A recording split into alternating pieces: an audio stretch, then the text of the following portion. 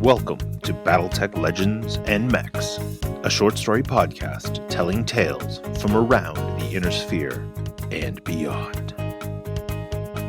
Good evening, folks. My name is Marcus, and it is my absolute pleasure to welcome you all back to the Inner Sphere's best gambling and gaming world and all it has to offer. In the aftermath of the recent bit of planetary unpleasantness, the gaming world has entered a period of widespread renovation. Solaris City was hit particularly hard in the fighting, and most of the major stables and arenas are out of commission for the foreseeable future. While recovery and repair crews are working around the clock to get the elite establishments back up and running, we here at the League of Independent Solaris Training Stables are tired of waiting and have decided to put what we've got on the airwaves now instead of waiting for all the spit and polish to, dry. Whatever those construction crews are doing, we aren't waiting anymore, and it's not just because we're broke. Okay, it's partially because we're broke, but these are trying times. Many worlds throughout the Inner Sphere and periphery are still struggling, and we're all doing our part to keep morale high and spirits lifted. Now, with all that out of the way, the invasion did a number on even our humble facilities. As a result, we're now down to a single arena and only 3 major stables of mechs. A lot of the more experienced pilots are off-world fighting the good fight, but those that are on Solaris are driven to succeed. And since we're already a farm league, this is an opportunity for those young folks to prove their worth to the bigger stables and the premier leagues, so that when everybody else gets their stuff together, they can hit the ground running. These are mech warriors with nothing to lose and everything to prove. The biggest stable currently operating in the lists is the Eurasian Coalition Experts. Most ace pilots hail from a small periphery state wedged between the Taurian Concordat and the Magistrate of Canopus, rimward of the Capellan Confederation. Consummate professionals and ice-cold under fire, Ace has become a well-established stable of several dozen battle mechs, specializing in medium mechs and hit-and-fade tactics. The stable's current rising star is unquestionably Kylie Firestorm Gamal, most often seen piloting her Warhammer 6R. Her preseason numbers look incredible, and if she can keep that mech's heat under control, she just might be unstoppable. The second largest stable has its origins in clan space, although the founding members broke away from them decades ago to make their way to Solaris, deciding that rather than dominating the Inner Sphere, they would dominate the arenas. The Grey Hunters have managed to bring together over a dozen clan battle mechs, along with trueborn and freeborn warriors eager to prove themselves in the fire of battle. Keep your eyes out for the hunter hotshot Abdal Eclipse Hussar and his Timberwolf, a warrior scientifically designed to be a perfect killer and one of the most iconic and deadly war machines ever created. Sounds like bad news for his opponents, and great news for fans of gladiatorial combat. And lastly, we have the Xandria City Blues, the local club.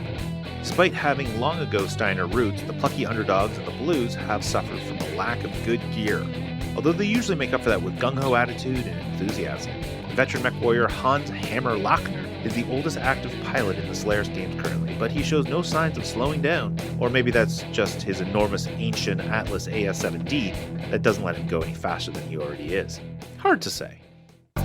In addition to the 3 major stables, there are several smaller stables that are always nipping away, trying to earn a spot in the more prestigious tournaments. The main ones to keep your eyes on are the Emerald Predators, a splinter group founded by a pair of Jade Falcon pilots that have been hammering the opposition in the lower leagues.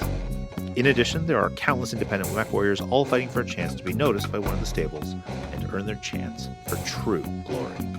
We are pleased to be able to offer you our most popular format of tournament, Lance Commander, immediately.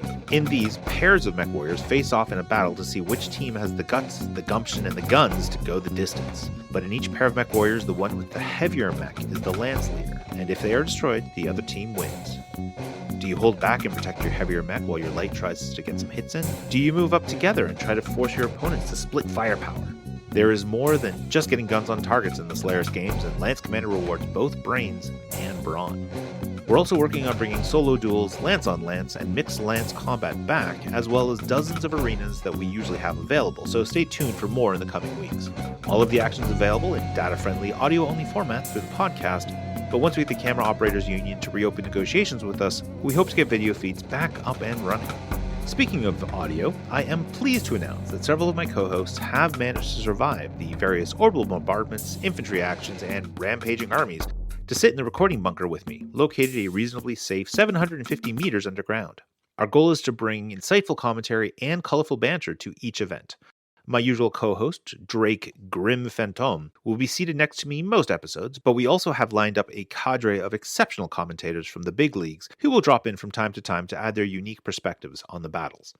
Lastly, our graphics overlay are still being repaired from when the station broadcast center was hit by a stray PPC blast, frying all the electronics, but our upgraded Combat Computer Probability Weapons Prediction widget, or CC Pew Pew, is still fully operational. Unlike those boring big league games that show a probability based on 1 to 10 or hyper-confusing percentages, we've pushed the limits of computing power to give you a range from 2 to 12.